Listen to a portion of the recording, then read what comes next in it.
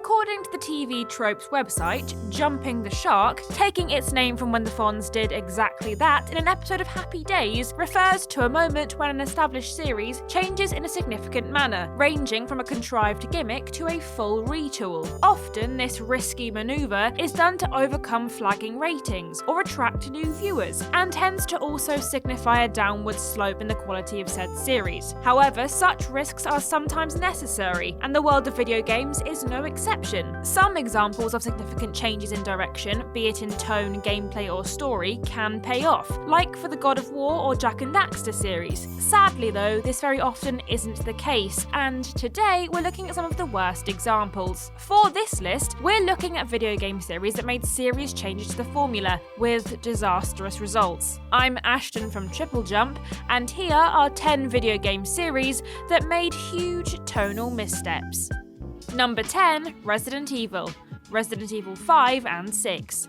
As one of the founders of the survival horror genre, the fact that the first Resident Evil game scared players, despite its infamously wince-worthy voice acting, says a lot about the genuine atmosphere it evoked. With gameplay providing a mix of puzzles and survival horror, this series inevitably broadened its scope to focus on bigger set pieces as it went on, leading to its first big change with Resident Evil 4. The over-the-shoulder camera, and tone more in line with an action-adventure game, was deemed a good direction for the series, so leaning more into this could only be a good thing, right?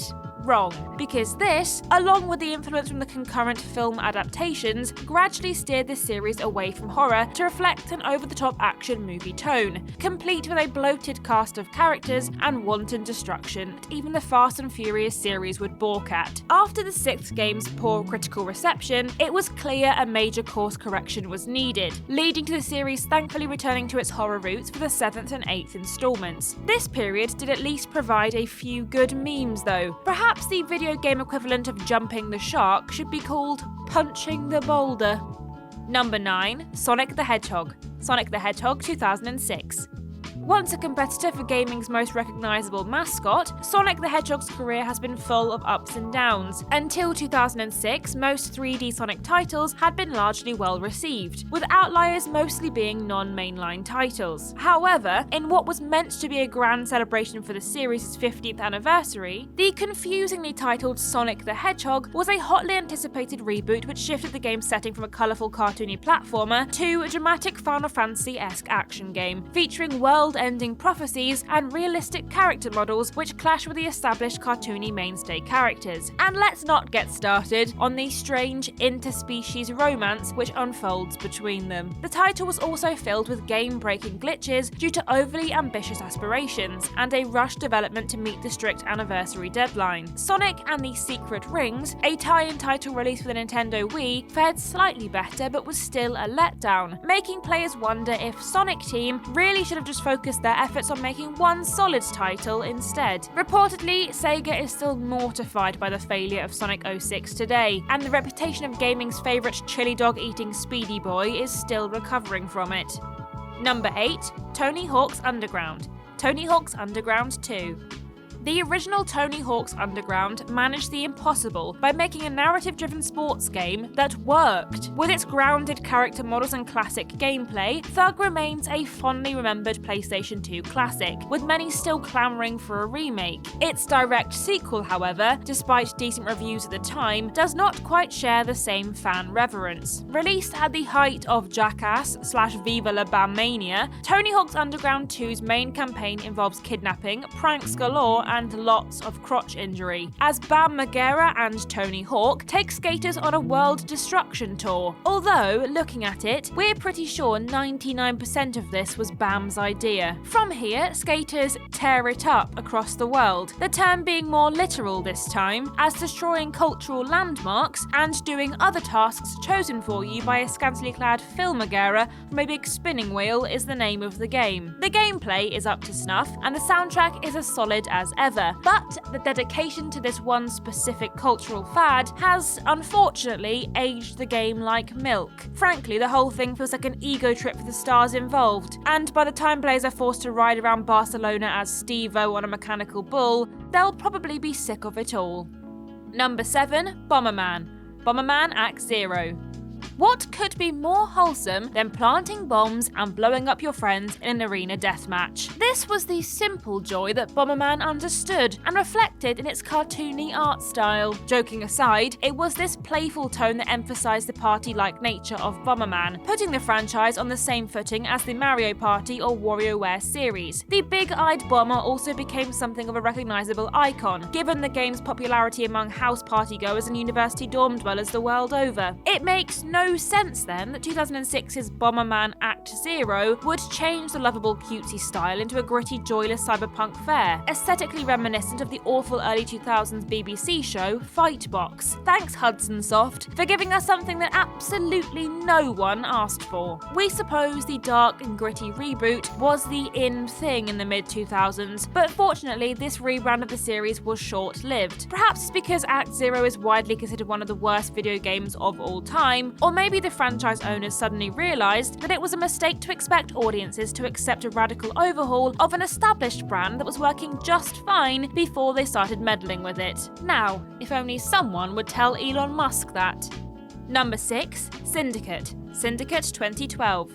If anything, the 2012 reboot of Syndicate serves as a good lesson in why you shouldn't underestimate your audience. The first Syndicate game and its 1996 sequel Syndicate Wars were top-down isometric real-time strategy games, which put players in the position of ruthless megacorporations who use cybernetically augmented agents to do their bidding, hitting all the cyberpunk hallmarks and winning over fans of the sci-fi and RTS genres. However, in 2012, someone at EA had the bright idea of reviving the IP as a generic first-person shooter to keep up with mainstream action titles. To be fair, developers Starbreeze Studios clearly put effort into this project. The reboot incorporated cyberpunk gameplay like letting players hack into enemies' minds, had a great voice cast including Rosario Dawson and Brian Cox, and even had a story penned by famed sci-fi author Richard K. Morgan of Altered Carbon fame. Sadly, despite generally favourable reviews upon release, the Syndicate reboot sold very poorly, perhaps because it alienated its core RTS fanbase. Nowadays, the game is still divisive, with Syndicate Wars lead programmer Mike Diskett lamenting how it was nothing like the original games. With that said, developers Starbreeze Studios remain proud of the title to this day, despite the backlash. Good for them, I say.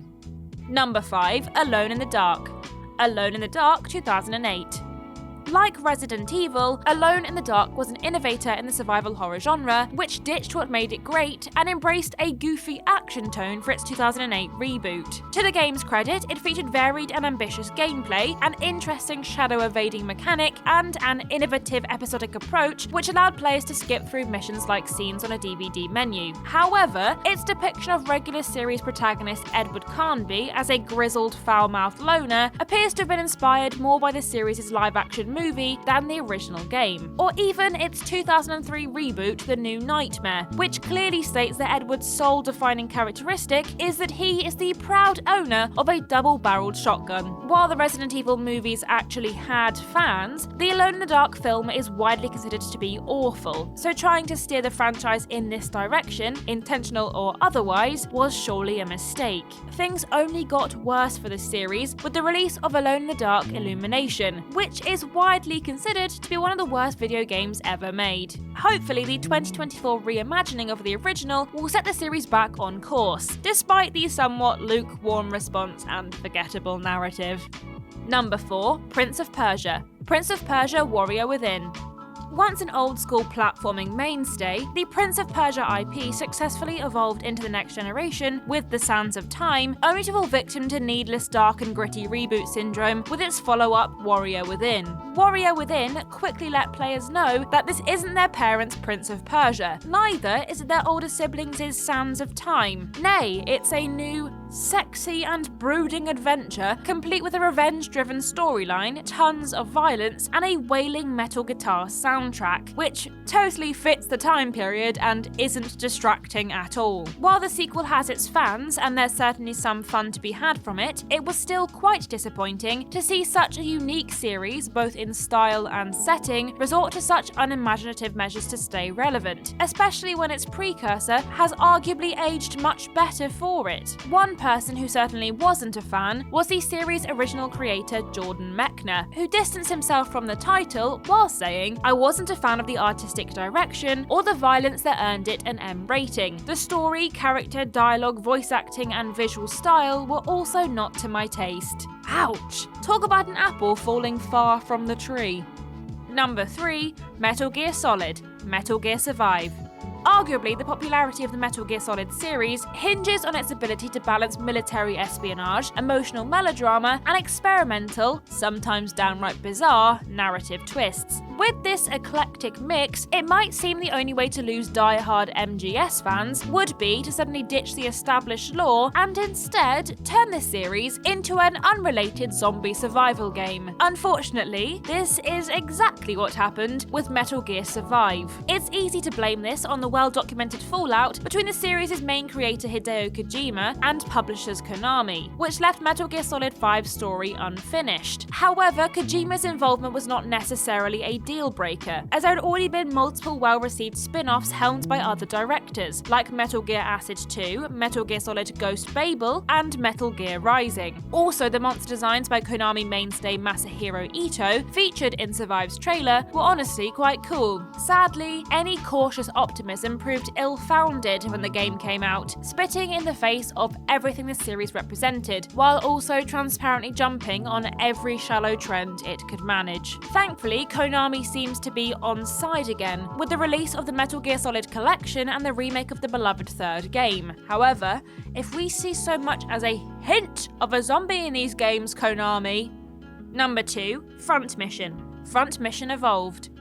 Speaking of glaring missteps in an otherwise respected series revolving around mechs and melodrama, we look now to the Front Mission series, which attempted a massive shake-up in style and gameplay with Front Mission Evolved. The game's shift from tactical RTS to third-person shooter wasn't quite as audacious as with, say, the Syndicate series. Given that this wasn't a mainline title, and there were already spin-offs that incorporated different gameplay styles, Evolution could have easily captured Front Mission's trademark tales of heroism and heartache in a futuristic wartime setting while also getting new fans on board. However, Front Mission Evolved dumbed its plot and characters down into a cornball action-adventure with quippy dialogue, stock sidekicks, and mustache-twirling villains that makes the story of Pacific Rim look like that of Neon Genesis Evangelion by comparison. The gameplay didn't fare that much better either. With repetitive combat and lack of cover mechanics, the game was a frustrating endeavour that didn't offer anything the likes of Armored Core and Zone of the Enders hadn't already done miles better. Although confined to a spin-off, Evolved marked a failed attempt to deviate from the established formula to get new fans on board. A misstep it would repeat some years later, with the subpar survival stealth spin-off Left Alive. And number 1, Halo 5 Guardians. The magnitude of this one depends on who you ask, but many fans agree that the Halo franchise just hasn't been the same since 343 Industries took over from series originators Bungie, with the 5th game being the biggest misstep. Halo is a long-running franchise with different sects of fans, so it will always be difficult to please everyone. However, after adopting more modern FPS sensibilities with its 4th installment, it wasn't until the 5th game that cracks really started to show. Halo 5's campaign was a confusing and tonally mismatched affair, relying on cutscenes rather than gameplay to create epic moments, featuring dialogue almost entirely consisting of vaguely epic-sounding platitudes, and having a divisive rug pull ending that is widely considered a desperate grab for unearned drama and forced stakes. Although very mid-2000s, the hoorah military bravado of the first 3 Halo games gave rise to the series' most iconic moments. However, it can be hard to release a game like this today, and 343